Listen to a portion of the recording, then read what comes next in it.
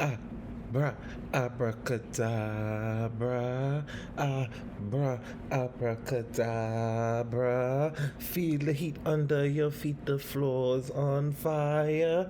Anyway, let me stop before Ali accused me of being in the Illuminati, and before Lady Gaga sued me for copyright infringement. What's happening? What's going on? But everybody, hi, welcome to another episode, a bonus episode of Portrait of My Life. Because I say a bonus episode because the next episode is the season finale episode, right? And it's not like a show where it's a season finale and then I taking 2 years to come back. Well, I don't know. That might happen. We never know. I don't know. But that is not the intention, right? I just want my seasons to be 11 episodes long. So the first season is going to end with 11 episodes. So this is a bonus episode. And yeah, to be quite honest, the new season is going to come with some personal changes to my life. So I don't know. I doubt it will impact the content. And yeah. But well, I doubt it will impact me putting out content. The speed at which I do it may not change, and then to adult, like, it's not that dramatic for like what I talk about to change, so that should be the same.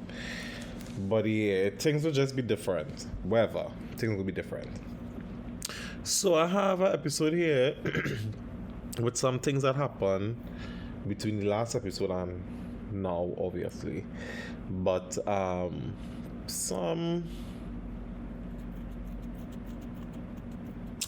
some things happen, and I guess we'll talk about it. Because the first thing I have here is this: UK, the United Kingdom, now imposing a visa requirement on Trinbagonian citizens to travel to the UK. And for anybody who is not Trinbagonian or not familiar with how that process worked, Trinidad and Tobago was a former colonized island of the British, and we gained independence in 1962, I believe. And you know, wherever diplomacy and wherever happened, we had the ability to travel to the United Kingdom without a visa. Growing up, I knew that you needed like a letter of invitation to the UK. I guess it's something that you would have presented immigration with as as some way, because for those countries like the UK and Canada and America, the concern, and I guess other countries as well, but them in particular, given historical context and geographical location for like Canada and the US, they don't want nobody run away in the place. That's what everybody coming from the countries, from the quote-unquote third world countries, want to run away in the place. Mind you, these are countries that they have us in this situation, and as much as we have to hold our current leaders accountable, we have to recognize that we are still under a system of colonialism. We are still experiencing the effects of colonization, that indoctrination, that brainwashing. It has remained with us, so it has affected how our leaders run our country. My grandmother does always say Eric Williams was the downfall of Trinidad and Tobago because he squandered all the money, right? And one might ask somebody who is touted as the father of the nation, how or why somebody would say, and it's true. And I always tell people, based on her telling me that, I always tell people that, yeah, Trinidad and Tobago is better off than a lot of Caribbean islands, um, but we could have been better. We could have been further ahead in terms of being a developed nation. And who knows, maybe in that advancement, we would have been able to pull our neighboring countries together with us. But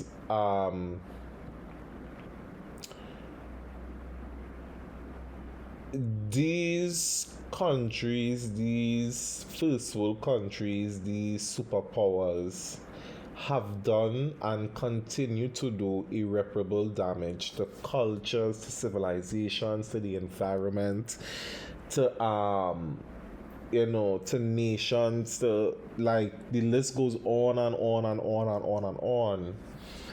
And they become what they've become, and then it's like, well, we don't want nobody in the country. Mind you, country that they stole from other people, their forefathers stole these countries from other people, right? And like, we don't want nobody in the country now. So Trinidadians, Trinbagonians were able to travel to the UK. So the people come out the other day and see how Trinbagonians need to get a visa to come to the UK, because a very few, like, the percentage of how many, well, I need to see what I need to say and then say this. Because Trinbagonians have been going to the UK and seeking asylum, right? They also went on to say it's like a few Trinbagonians, so much so that I wish I had the exact figure, but it's like 0.001 something. Like, it's not like it's not even a percent of Trinbagonians contribute to the asylum system in the UK, right? So they've rescinded, or they've taken away the ability for Trinbagonians to go to the UK without a visa. Now you have to apply for a visa and go through the process and so on and so forth.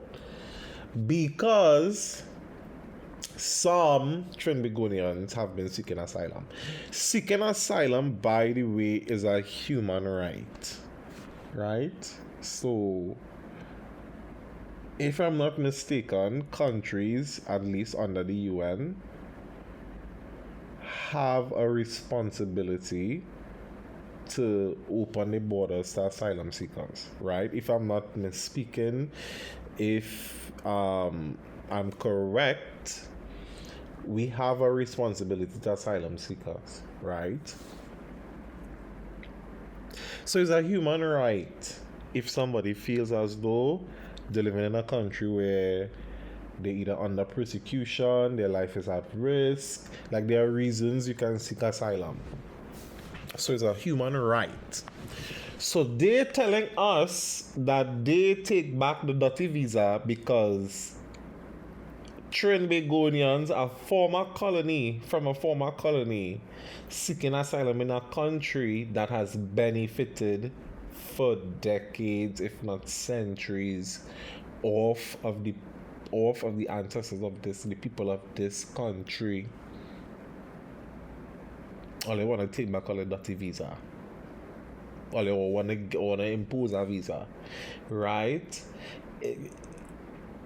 Then they come out and say how, or they didn't come out and say, it was further revealed that the reason is because, and by the way, seeking asylum is not a guarantee, right? Like, you have to tell an immigration officer in the airport that you're seeking asylum. So from the jump, you're in the system. right? It's not like you could run away in the UK and then say you're seeking asylum. Like you had to tell immigration, and when they tell immigration, they have compounds for that or vicinities or what's it, accommodations for asylum seekers. So you're in their system. You're not guaranteed to get through. They could send you back home, right? Because they have to do the investigation and whatsoever, and then they could send you back home, right? The people say how criminals have been seeking asylum, and the Trinidadian or Trinbagonian police have been calling them and telling them that criminals seeking asylum.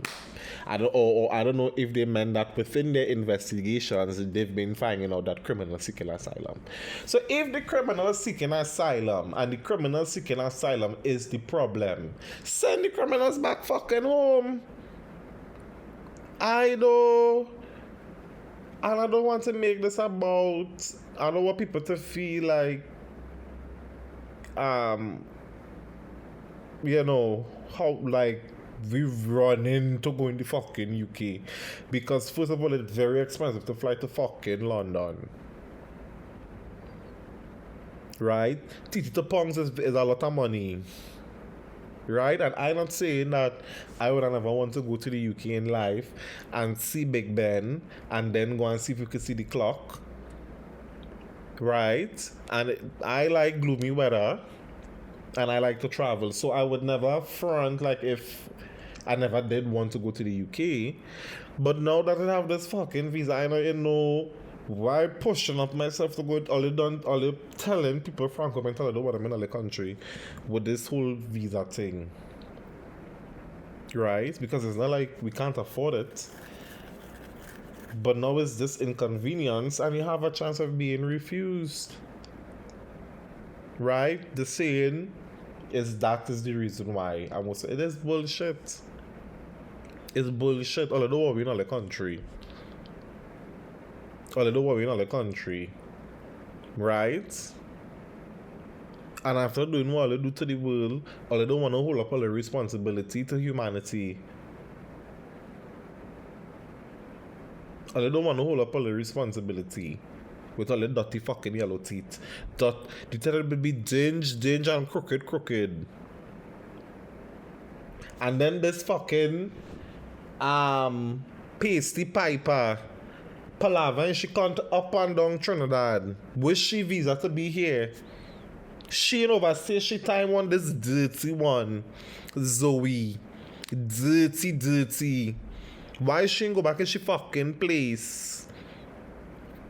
And it's so interesting how people from these countries, because I've been seeing videos now popping up. Even when we had to cut that fucking dirty stink. And I'm sure he does smell stink of perspiration. One from Barbados who say that Barbados does share soca with the rest of the world. They could just move to a Caribbean island. And not even a Caribbean island, because they're not just doing it to us. To move into any island, any place they consider third world, where the money is strong, the moving and the going. Free. Right? Free. Without visa, without the buying homes in these places because they can afford it, and the moving and the going and the setting up shop. Driving up the fucking cost of housing and the cost of living in people's country with a foreign exchange. Cough, Barbados. Right? These dirty people could just go wherever the fuck they want, do whatever the fuck they want to do. But then all they telling all the people in all the country, all the quote unquote country,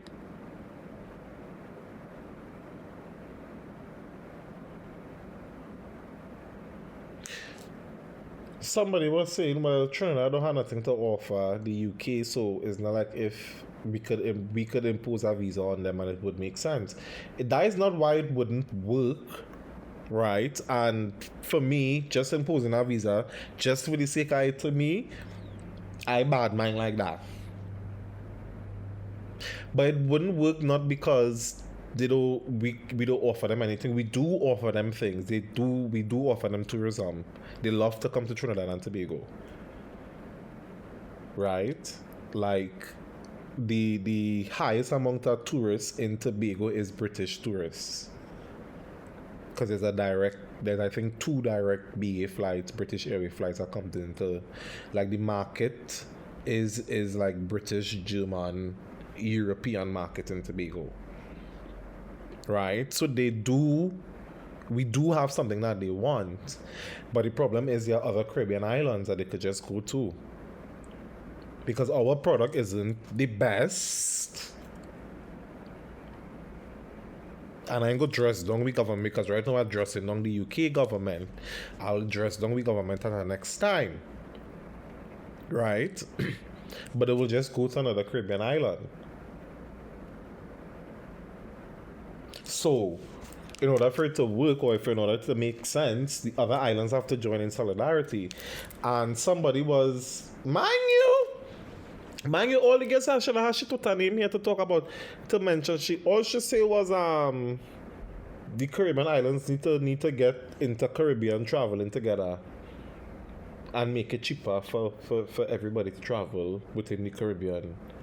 The up and ball will where all of a sudden now Trinidadians want the rest of the Caribbean to stand up with them, and it's like, girl, somebody up and ball, where was Trinidad and Tobago when Dominica lost the rights, the visa, the non-visa rights? Well, first of all, Dominica was selling citizenship. The Dominican government allegedly, right? Or they go assassinate me or sue me. And if you assassinate me, please don't shoot me in my face. I want an open casket funeral.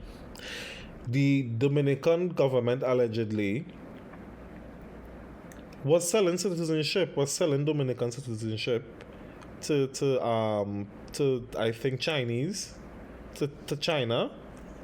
And so in them buying citizenship and claiming to be from Dominica, they would have no need for a Shogun visa. I believe that's how you pronounce that. Right? And an investigation was done and it was found that they were selling citizenship. So the people take back the visa. What you want me to say, girl? What you trying to make it to do? What were we supposed to say? You understand?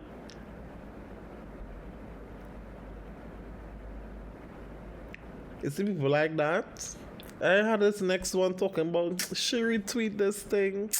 Allyuh. Anyway, the long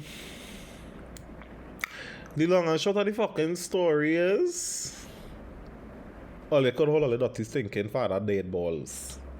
Because I don't even know the price. I don't want to know the price for no visa. I not had enough my head with no visa to go to no UK to do what? To do what? Flick. Anyway, moving right along. You can dot Zoe and Zoe go in a place. Go in a place. Your trips up and down Trinidad and Tobago enough. Go in a place. Your people missing. Your people calling you home. Go home, Zoe. Flick.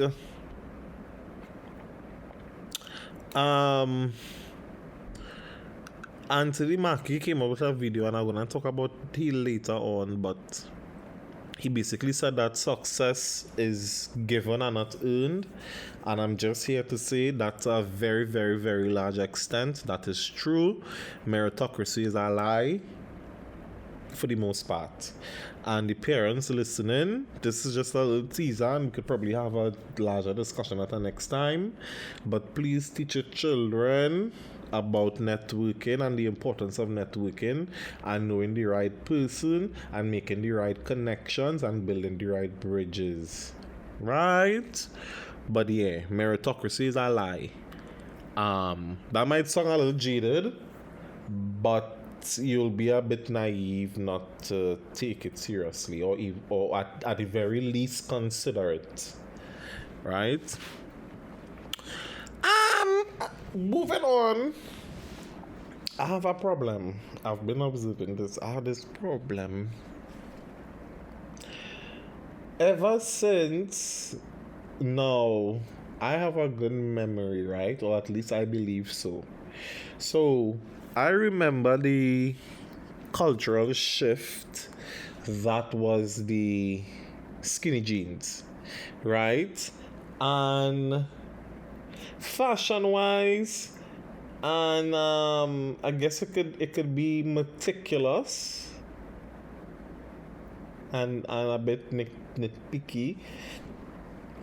You know, they say there's nothing new under the sun, and I remember when it come out, it was like, oh, in the 70s, they was wearing tight clothes.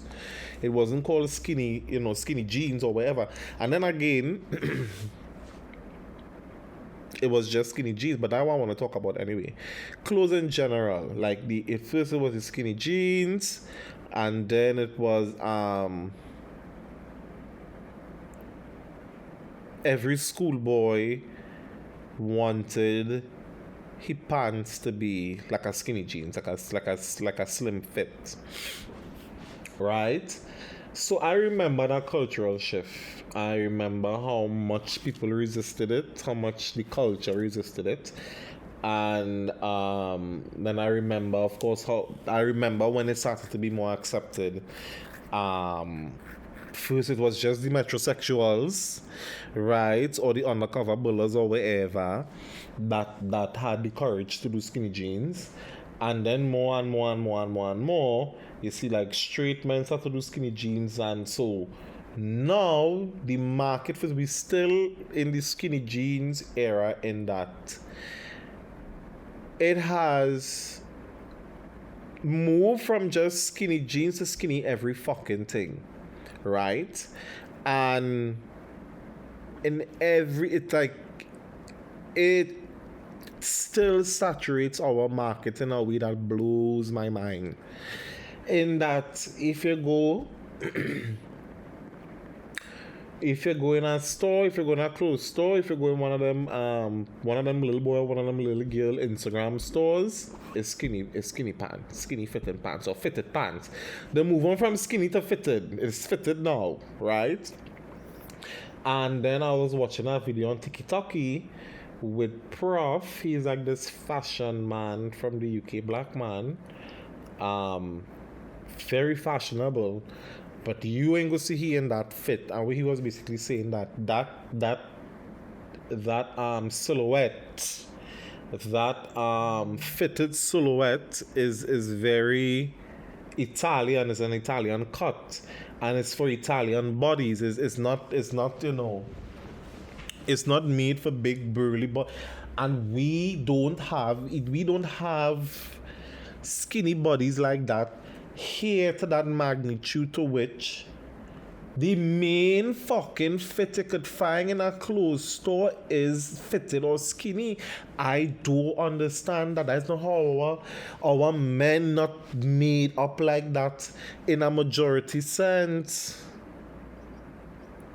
How it is all the fucking clothes now go be fitted?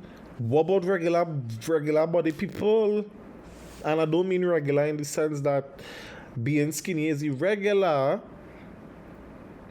right? But okay, what about the average body? The average body man is not no skinny body man. It's not no slim fit. Long time you used to have to buy the clothes and then take it in. Now like you had to buy the clothes with material to make the pants bigger to fit. I don't get that.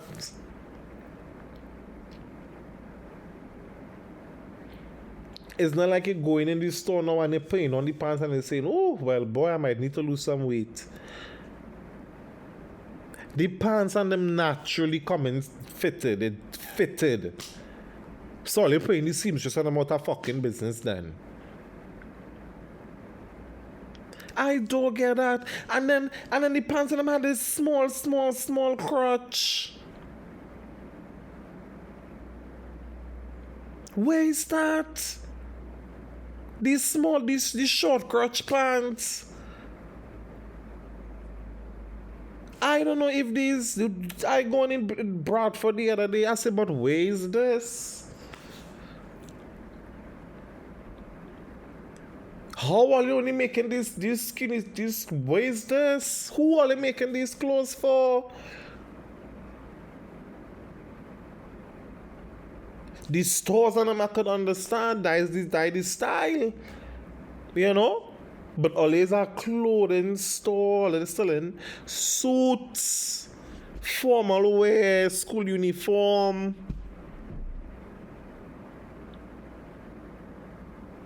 Who these things fit in is what I want to know. That is my complaint for the clothing industry. I don't know if it's to blame Peter Elias.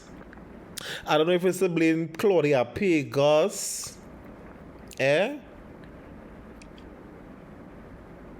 Who to blame? And I mean that jokingly, of course. What is this? One hour ago, I had to buy the pants and them big. Because it cannot fit my thighs. And because I buy the waist size so big now, I had to get the waist taken. Or the whole pants taken. But I guess seamstress not getting out of business because you had to buy the pants and them so big now to fit you. You still had to go and get it taken in. Afraid to not to hang up on you. And you know I like my pants on them to fall nice.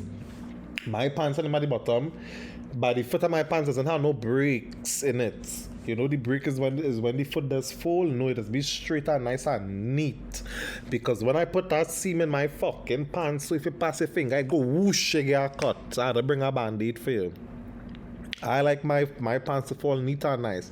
So you still had to take it in so it ain't go hang off your body. It ain't go be bad on your body. I mean, I like a fitted look. You know, I like the slender look. But I must be in control. You know, I must be able to buy a decent fitting pants. Not all the time I will be able to go buy a seamstress. What is this? Anyway, moving right along. Harry Potter news. Harry Potter disclaimer. First of all,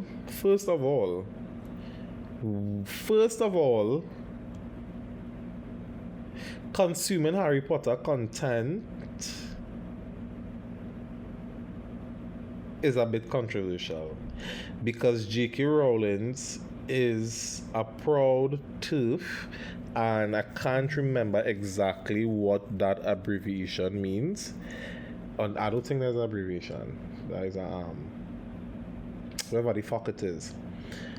But it's somebody who believes that there are only two genders, male, female. Everything else is a cosplay of womanhood and is an attack on women and young girls, right? That is literally what J.K. Rowling believes in.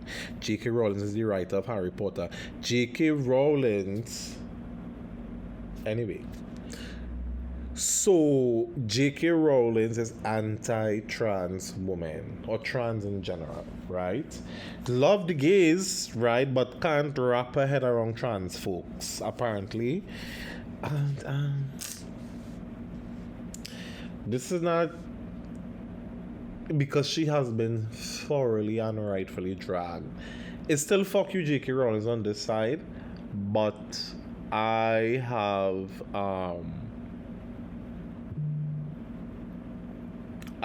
adjusted my because fuck J.K. Rowling and fuck J.K. Rowling. That's just it. That is how I feel about it. And she can get my money and me in supporting she. But I understand that people would feel, because Harry Potter was such a huge part of people's childhood, they might feel compelled to consume the content. And if you are I would say pirate that fucking shit. Make sure that bitch ain't get none of your fucking money because it's fuck shit from now until the sun explode. So yeah. There's a Harry Potter remake coming out on something, I don't know if it's Netflix or whosoever. And the cast a black man as Snape. And years ago, I said, unless it's for historical accuracy, leave the white characters white and leave the black characters black, right? Unless it's like we say it's like a fiction, and in the book they say how the character was black, but in the movie the character was white. Leave black characters black, leave white characters white. And my reasoning for it was this. Excuse me. The minute they could turn white characters black, they will want the reverse, right? And it will be different in the reverse because one, representation is and has always been such that white people have gotten the dominant representation in media across the world, right? So if the character was black, and then you made that one token black character white, then you would have erased an entire identity essentially from a project or from an artwork. So it's different, you have a little nuance in it. So, but I know how these people is. If you could turn white characters black, but I guess I just contradicted myself, because if they do it, there will be an uproar, right? But I just feel somebody will do it, and I don't know yet if someone has done it or has attempted to do it, but I know if they try to do it, there will be backlash. So I was like, just leave it as is. Create new black characters and more black characters, but leave the status quo as is with the already existing characters, right? This is not that situation where a black character was turned white, but it's a situation where a white character is being turned black. And people in an uproar because the book describes him as white, right? And I mean, I guess comic book characters have had white characters be turned black, but I guess it's no different. But my thing is, I don't like it. I don't like it. And Snape, for all intents and purposes, in the end, was a really liked character in the end, but during the entire series, he was an iconic character. And when you mess with iconic characters like that, for whatever reason, it will elicit that response from people. Now, the response shouldn't be racist, and I don't know how quote unquote negative well, I'm gonna say quote unquote, and I don't see how I don't see how a negative response to the character being made black will not be racist or not be interpreted as racist. But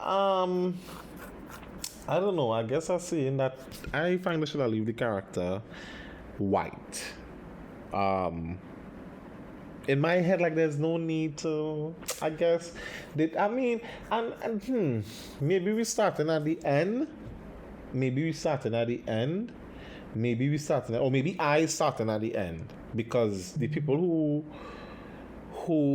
don't have a problem with him being black, gosh, and I keep trying to sound politically correct about this, but all I understand what I'm saying. The people who don't have a problem with him being black probably, came to this conclusion that, well, maybe if J.K. Rowling had more black characters in her book, there wouldn't have been a need to turn white characters black. And I guess that's where That's where I'll settle on the argument. That's where, as I talk about it aloud, sometimes I must talk things out aloud. No, it's true. Sometimes I must talk things out aloud. As in retrospect, maybe if there were more pivotal black characters playing a role in the story, because all the characters were vividly described, so you know how they look. Yeah, maybe if she do fucking that instead of being a trans hater, maybe if she was diverse in she fantasy world. See, even in J.K. Rowling's fantasy world, she's a fucking problem, because even in she fantasy world, she look racist, allegedly, because she ain't go fucking sue me for what I do have. Right, so that is what's settling on it. Maybe if she had more black characters playing pivotal role in she story, in she fantasy world that don't have no set of black people, then they would not find the need to make a pivotal character change the color of his skin. Bitch, take that J.K. Rowling's, and we moving on.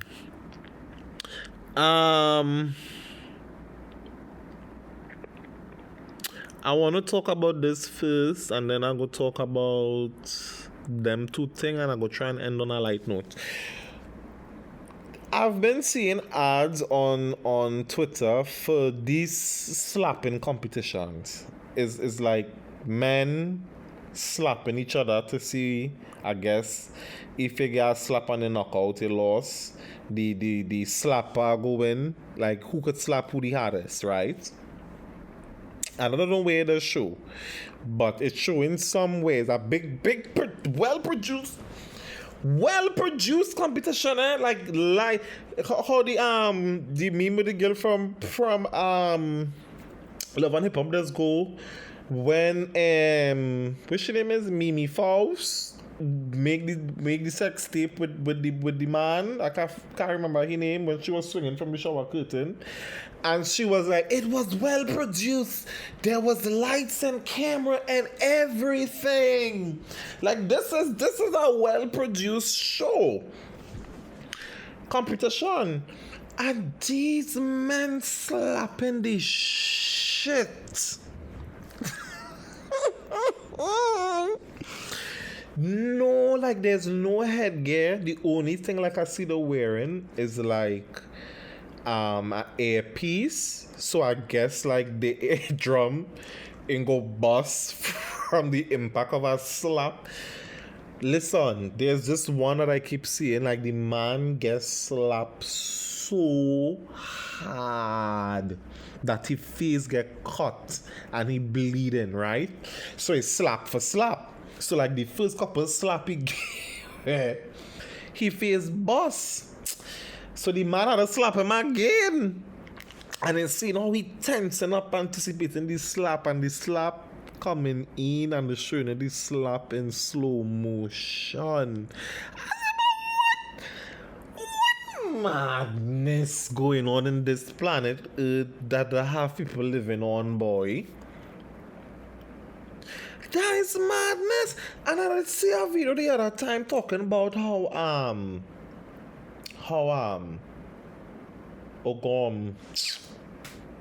they were saying since men and that, they say victors are the ones who tell history. That whole men was the one hunted, because when they say that the lion is the king of the jungle, and you really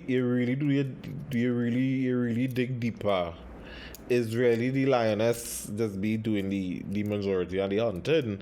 So anyway, make of that what you will. Child cheese, that's done say I with my bullying self always pick up for women, but I rather pick up for women and pick up for men. Fuck, we terrible. Fuck it. I see what I say. Anyway,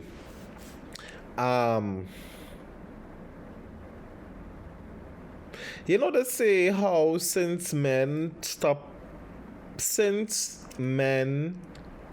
didn't have to hunt, since there was no need for men to go out and hunt like how they used to have to hunt, that they created sports and stuff to fill in the time, like to get all that rage, like to this is like how the gymnasium was created, right? In Greece or Rome or whosoever it was created. I think it's Greece. It's like it was to get all that testosterone, that energy, that it was to put that energy somewhere, as opposed to somebody whole child. Oh, I mean, shit. I don't mean somebody child, but I mean like somebody HOLE. Anyway, you know what I mean. Fuck. It's YouTube now. It's a different ballgame. But so I had assumed that this is one of those things that this is a competition men created as like boxing to get that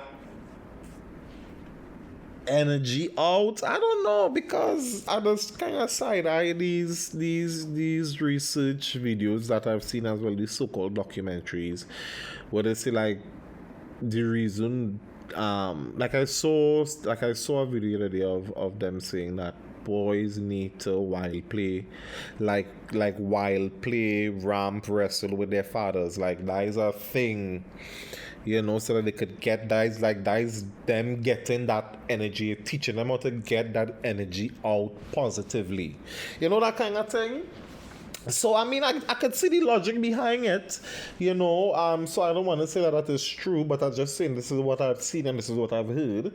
So I could definitely see the logic behind it, like boys as wild play, and even though that may be more, like the assumption is that boys as wild play more than girls, because we don't give them or allow them the opportunity to do such, because girls are supposed to be clean and nice and dainty. So I don't know how much of that is natural and how much of that is just socialization, you know what I mean?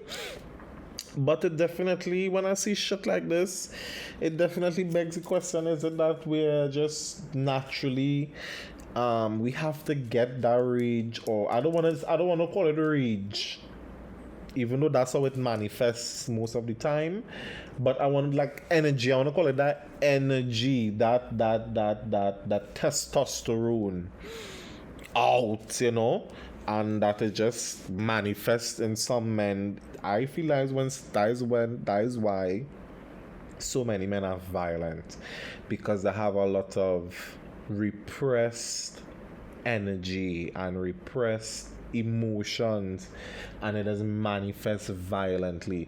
You see, those fucking sexually repressed men are dangerous men. Futurettes, hear my voice, or they would use this podcast as for all the dissertations and all the study papers and all the research papers for university. And I don't know if it has been said already, but sexually repressed men are dangerous men. They are dangerous men, right? But yeah, the slap. Imagine getting a slap that bust your fucking face. Child, cheesy better than me, because I was showing back up there with a gun or something, child, because I wasn't taking fucking that. You bust my face. Child. Oh, no. And listen, it's these big, strong men, like these men I show not under 6 feet. Big shoulders, big hands, strong. Savannah.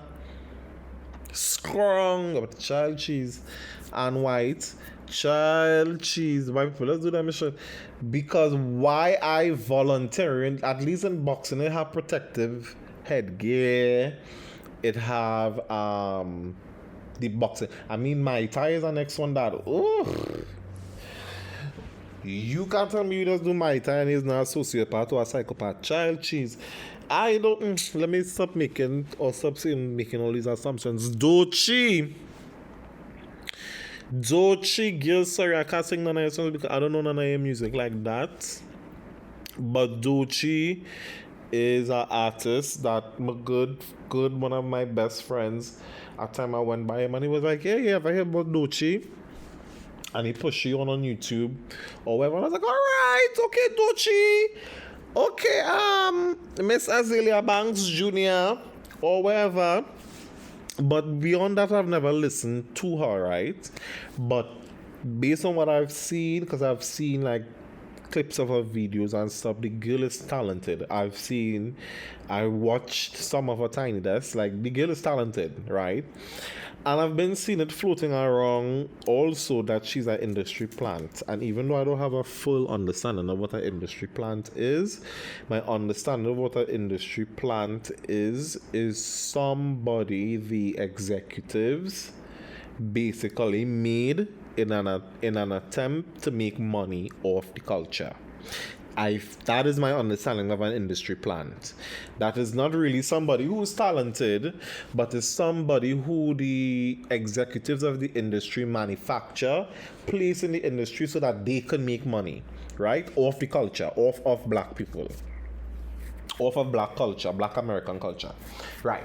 So, but the girl talented, right? She is very talented, and the only reason why I'm going into like her physicality and stuff is because, for context, she's a beautiful girl, gorgeous dark skinned woman, right? Very beautiful. But I believe she's queer. I don't want to say if she's bi or if she's wherever. She's queer. I just know that she's not straight, right? So she was doing promotion, I'm guessing, and she was on Hot Ones. Shots out to Hot Ones. I want to be on Hot Ones one of these days, getting interviewed. Those Hot Ones is a real good fucking show. I'll talk about that next time. And so I guess they were asking each other questions, and if the other person get it wrong, they would have to eat a hot wing, right? If you don't know the premise of Hot Ones, is about eating spicy wings, right? And the wings get increasingly spicier as you go up the thing. So they have this segment where they have two celebrities ask each other questions or play a game, because it has been different games, if I'm not mistaken, and the loser has had to take a bite of the hot wings. So the girl, Dochi's question to the friend was, well, what is my biggest red flag? Like, where's the biggest red flag I just look out for in a person? And she was like, DL man. She was like, no, but you're close, because Dochi have a song called The Nile, and the Nile is a river in Egypt. It's basically a song about DL men, right? Down low man. If for the streets that listening, DL man is men who want the down low. Anyway, we could go into what DL man is at the next time, like more in depth at the next time. And so she was like, no, but you're close, right? Long story short, Dochi biggest red flag in a man is that he's straight, right? She was like, no, she's like, he's straight. The kiki, the laugh, kiki, kakaka, the slap fives, the girl eat the wings, to go on about the business. Well, that set the internet in an uproar, because straight men was like, Dochi hates straight men, and Dochi, I was like, watching the comments, this is before I watched the video, because I watched the video on them right before, so because I want to watch the video so I could hear for myself what the person say. I said, but what? The girl never said that. The girl never said that. All the girl says that she biggest red flag is that he's straight, right? He identifies as straight. And it's like, so what? People are still date the red flags. You understand? Some people love the red flags. They just ask what's the biggest red flag, and a red flag is a red flag. In the context of dating, it don't necessarily mean that, you don't want to be with the person. It's just a red flag, right? Now, there's degrees of red flag. If a red flag is that he's a racist, well, it's obvious. No right-thinking black person is going to date you. But if a red flag is that you're straight, shit, she might still date a straight man or somebody identifying as straight. Like all the girls say, these straight men, I tell you, these straight men want to be women so bad. They say gay men want to be women, but straight men want to be women, so they want to be victimized so bad. Straight men have this need to be the victims so bad. And I mean, they are victims, but victims of the patriarchy that they perpetuate. So they are not victims that I feel sorry for. And they're definitely not victims of women and LGBTQ. A child cheese. The straight men want to be victimized by women and LGBTQIA people so bad. So bad. And whilst there are LGBTQIA people and women that you know perpetuate harm towards men and can victimize men in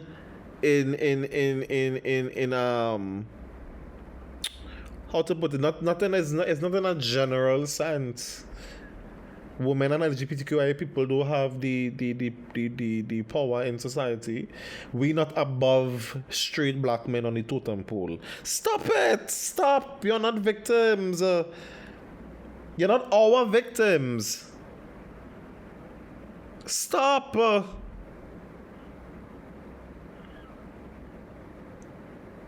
I've said this before on this podcast. The real enemy is the system. The real enemy is the white man. What part of that all you're not understanding?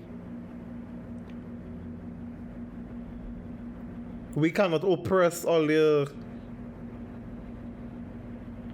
So they started calling girl ugly and all kind of thing, and I like. And oh, nobody was ugly dochi anyway. And it's very much like, sir, are you 16 years? Are you still in school? You remember a long time when, but then again, big men used to do that too, but when they used to be like, hey, we're going on, and used to suit women, and then they didn't get them the time of day, and they used to cuss them. You ugly anyway, with the picky head fucking self. That how that song in. Because the girl not ugly.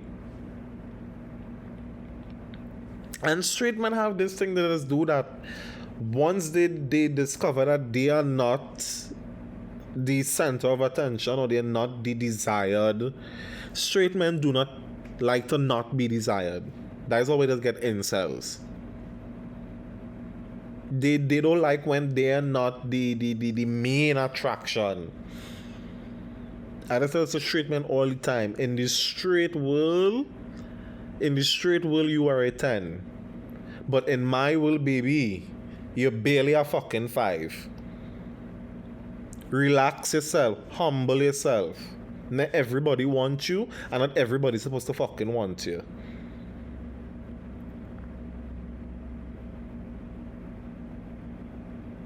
Right? We don't want Dochi, and okay. Dochi don't want you. It's clear.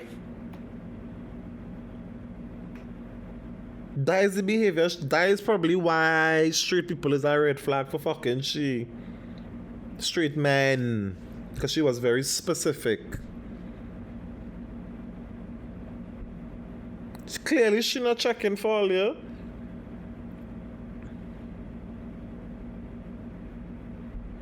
And if she considering it, because like I say, a red flag is just... A red flag is a red flag. Do you know? It might be an end or it might be a hey, I need to look out for that. But this is why. This is exactly why. There's a fucking red flag.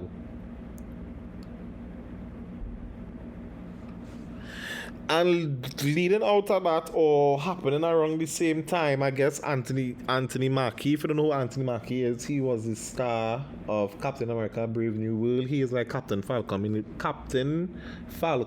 in Marvel Cinematic Universe. And I guess he was on one of them fuck shit, and I'm gonna say that because I guess everybody deserves fucking representation. Right? Because there's representation that doing harm to the fucking community. He was on one of those fuck shit shows where straight men sit around and complain about women But let me not say that because I don't know if this show was that show. Let me dial it back. Let me dial it back.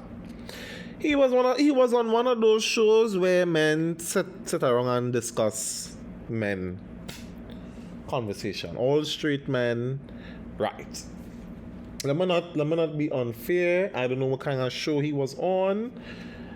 I don't know if he is one of those, if it was one of those red pillar show. Let me be fair, right? So he was on the show, and I guess there was asked. I don't know the question they asked, but he was basically saying that masculinity in America is dead. They kill masculinity in America. So I guess because the first time I hear those few things, I come off the video because I was like, I don't wanna. I'm not in the headspace for this fuckery this already, right? But to talk about it because people talking about it so much, I had to watch the full video. But in seeing people's comment before watching the video, I got the gist that people were saying he was homophobic or whatsoever. But then when I watched the video, I'm guessing the outrage is that he's not being homophobic, is that he is perpetuating a type of masculinity that is toxic, right? That it doesn't benefit. Is that type of masculinity that have men the way men are now, emotional sociopaths. Remember, there was an episode I talked about those sociopaths, right? Parents creating sociopaths in young black boys, wanting them to be emotionless and to be tough and to be strong. And so that is basically what he was saying in that, you know, well, first of all, he was contradicting himself a lot. He started off by saying, even though he's a celebrity, he children can't want to be on that fly shit like the what Jordans and the what the best brands and the what this and the what that and the what the third and the wanna stunt on people. He was like, no, because they're kids. And then he went on to say in the same breath that, but when I leave to work, go to work, my 15-year-old, I tell him he's the man of the house. So are they kids or are they not kids? You know, so when he say masculinity is dead in America, he then went on to say, and it didn't look like it was edited, but it didn't seem edited to me. He immediately went on to say, I teach my boys how to say good morning, sir, good morning, ma'am, or whatever time of day it is. Open the door for women, protect women, respect women, this, that, the third. So it sounded to me like that. Is Anthony Mackie is a old school. He come from that generation, and if I don't mean necessarily born in that generation, but I mean like he was raised from that generation or by that generation. So his idea of masculinity is a respectful, diligent, disciplined, young, or man in general. That's what being a man is about, right? And to me personally, there's nothing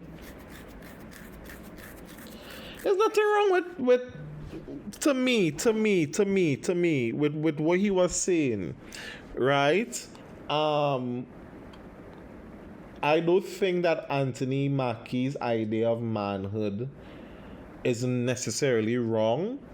I think because the way in which he was talking, like his tone was angry, it was very militant. Anthony Mackie is militant, right? He's militant with his kids. So that was my outrage, or quote unquote outrage, because I'm not necessarily outraged. I'm sad. I'm saddened by it because he created one of those sociopaths.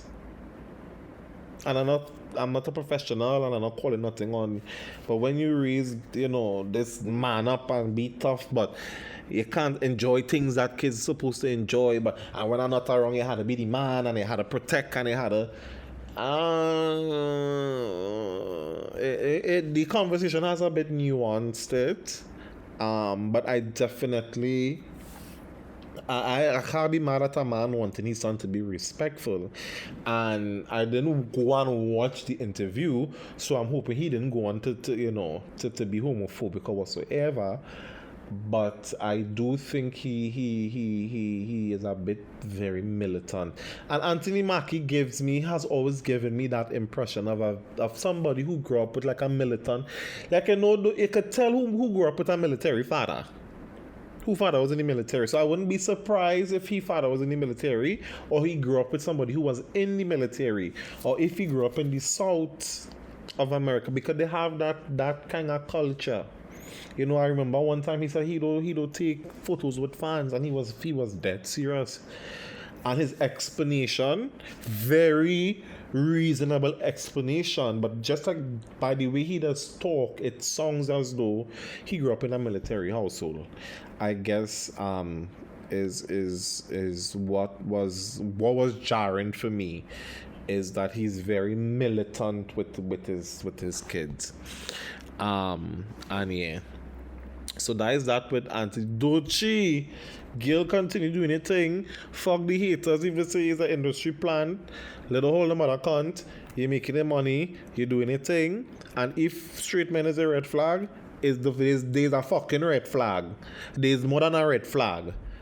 Right? They were supposed to use this opportunity to be introspective and ask the question why it is. Why? That is the question street men not asking themselves. Well, why so much people have an issue?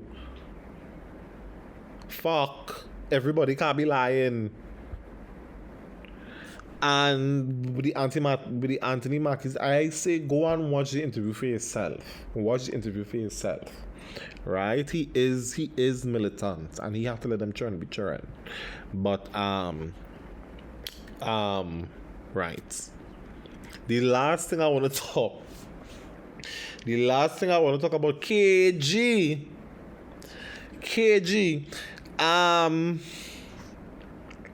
Like I said earlier in the podcast, I have a real good memory, right? So there are several things about me that I've noticed about myself, but I ain't gonna get into that right now because we're pushing an hour, and these hour-long videos just take very long to upload. Anyway, and love me some Twitter, always on Twitter. So my Twitter mix, I have my Trini Twitter, my Trinidad and Tobago Twitter, and US Twitter, right? So Black American Twitter. So on the both fronts. But I have followers that are real good with. So I have this mutual Shin, shouts out to Shin, and I don't believe that is her real name. That is just her that is her handle, right? Everybody have an alias. And Shin you must know where your mutuals does tweet about. Shin does tweet about two things: Trinidad and Tobago culture, RuPaul's Drag Race, right? So Shin tweet, KJ is a messy bottom. KJ is a messy bottom, and I see, you see things in passing, right? And my initial thought was, I wonder if she's talking about Drag Race, or if this is something in Trinidad. If she's talking about somebody on Trinidad Twitter. So I went on her profile and I started to scroll through. I ain't see nothing really, because sometimes if you're not on Twitter for 10 minutes, it has missed the fucking bacchanal. Because people let delete tweets. If somebody in screenshot it in time, it could get lost in the sauce and they miss the whole Zeppo.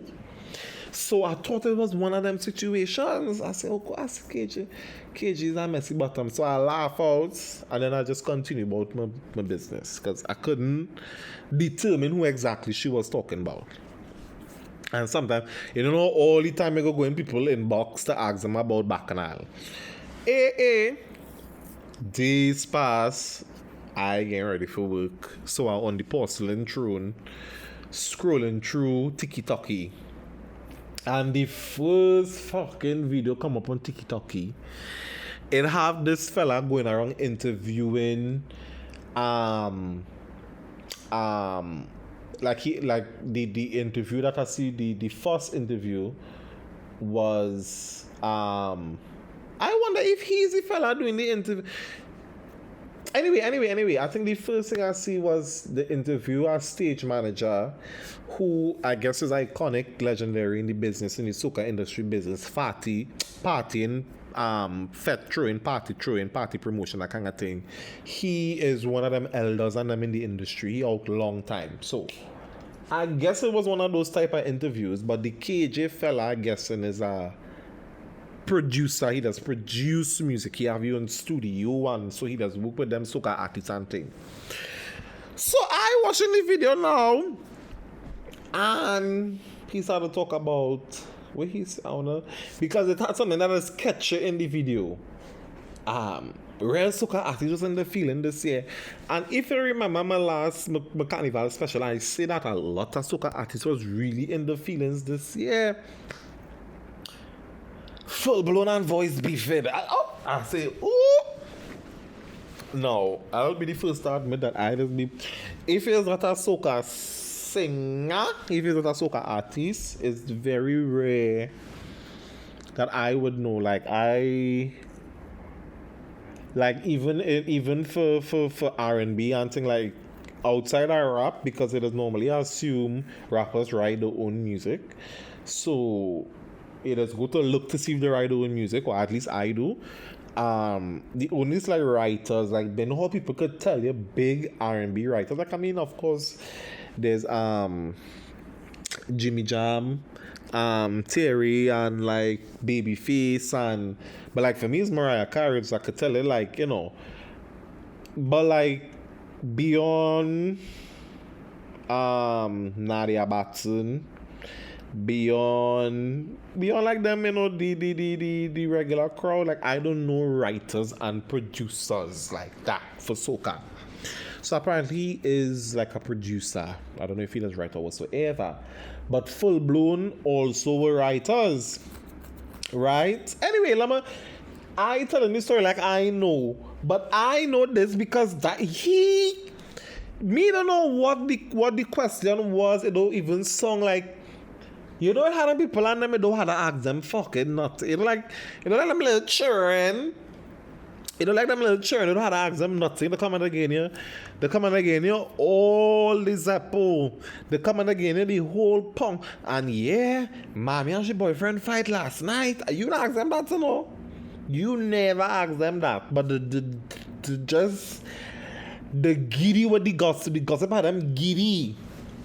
The tipsy with the tea, you know, so they just had to get out. That is how he sung. And the boys had a talk about how voice start off with full blown by the way the season sing the I ain't a good spirits. I didn't like that song. That was a nice song. Anyway, and he was like, that is a voice, this. I was like, whoop. And then he started to break it down with the part where he say, forget the voices. And oh no, it was messy. And then whoever produced that show is messy too. Because the editor messy. The editor edits in the video and the part where he say, forget the voices. And you see like this, no, go and see if you can see the video. It's intense because I'll be the first person to tell you, always tell you, I love a good gossip. I love a good gossip. I love the gossip. I don't care. I don't care to people. I like gossip. And gossip, everybody like to fucking gossip, bitch. Stop pretending. Mary Sue, Martha Mayhew, Miss Prim. Stop. Everybody like to gossip, right? And at the end of the day, is what you're gossiping about. What is it gossiping about? I love to gossip about trivial things, and I like mess, right? So I was fully engaged. She say how as soon as voice win, allegedly, because voice ain't go sue me, bitch, and full blown ain't go sue me. I don't even think he say allegedly, child, cheese. He was so confident in his team. He say how when voice win, so come on, like for the first time and win the $1 million, he get rich and so rich. Oh!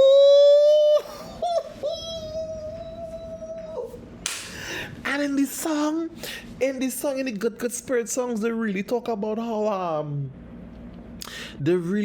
money not supposed to change, but no, all you go and K. I'd feel the K and KG is for Kommess and for Kommessive. And I know Kommess starts with a C, but for KG it starts with a K. The K for KG is let me forget the K. KG. If KG people get a hold of this podcast, I want to sit down with KG, bitch. Put me and KG in front of Mike and let we gossip. And I know all the right questions to ask KG. Bitch. But that is when I see the video and the tweet come back in my mind, and it was like, so and so is a messy bottom. And I was like, I wonder if it's Haitian talking about. And when I went back now, in Shin profile and I search messy bottom, and the tweet come up. It said KG is a messy bottom. I fucking ball out. And when I went in the tweet now, somebody reply and say, well, look who he does lime with. Are you surprised?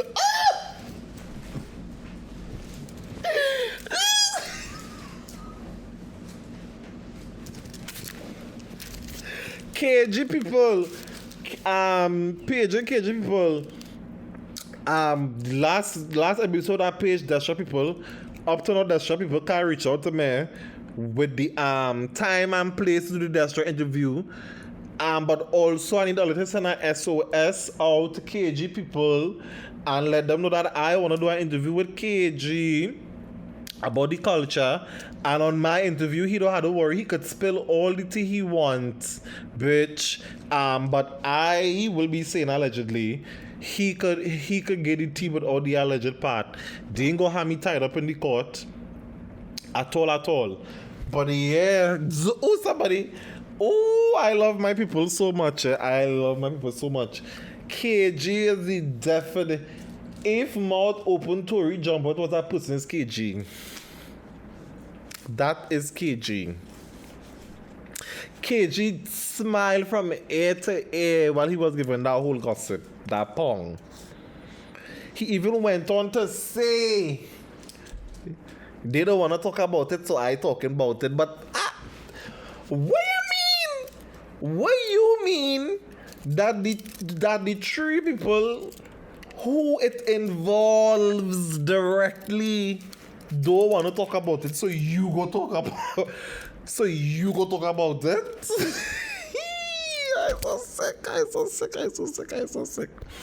I'm so sick. But that KJ make me weak. KG make my week. I don't care. All you can be vexed with KG for level 1. KG can come on my show and spill all the soccer tea. It's like how Fian went up. It's like how Fian went up and make the video and say, the Soca Mafia, come on my show, KG, and we go gossip a little bit. I have all the right questions to ask. I have all the right questions to ask. And with that being said, that basically is all I had to talk about. I don't want to sing anything to get copyrights, Lady Gaga.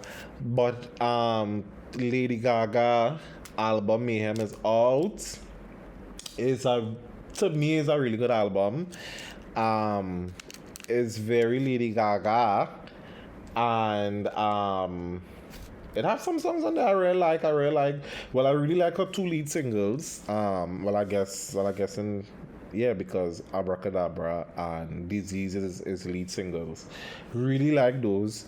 Abracadabra is my song. It's a really nice dance song, you know. I like Garden of Eden. I think she have a song called Flying to You. I like Zombie Boy. I like my favorite song on the album is Killer.